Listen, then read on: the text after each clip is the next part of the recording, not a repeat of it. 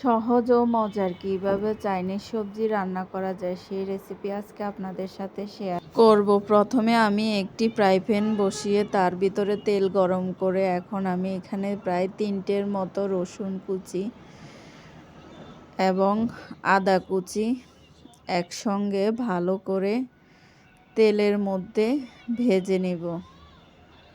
কয়েক মিনিট ভাজার পর যখন লাল হয়ে আসবে তখন আমি চিকেনগুলো দিয়ে দিব।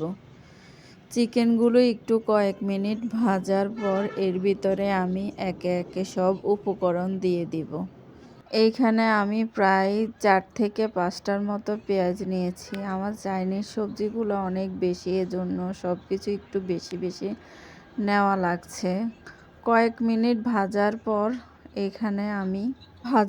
এখানে আমি সবজিগুলো সব দিয়ে দিব। এখানে আমি 3 রকমের সবজি নিয়েছি।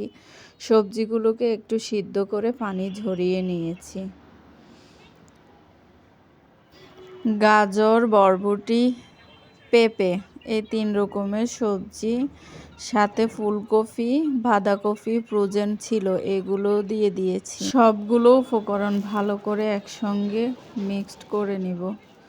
মিক্সড করা শেষ হয়ে গেলে কয়েক মিনিট ঢাকনা দিয়ে রান্না করব।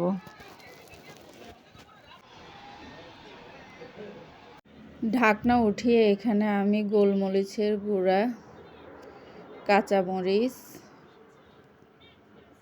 ক্যাপসিকাম, এখানে আমি প্রায় 3 রকমের ক্যাপসিকাম অ্যাড করেছি।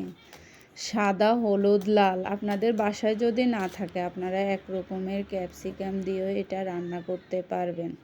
কয়েক মিনিট রান্না করার পর এখানে আমি প্রায় 3 টেবিল পরিমাণ সয়া সস দিয়ে দিয়েছি। এরপর প্রায় 4 টেবিল পরিমাণ কর্নফ্লাওয়ার পানিতে মিশিয়ে দিয়ে দিয়েছি। কয়েক মিনিট রান্নার পর আমি এটা চুলা থেকে নামিয়ে ফেলেছি। আপনারা বাসায় এভাবে রান্না করে খেয়ে দেখবেন।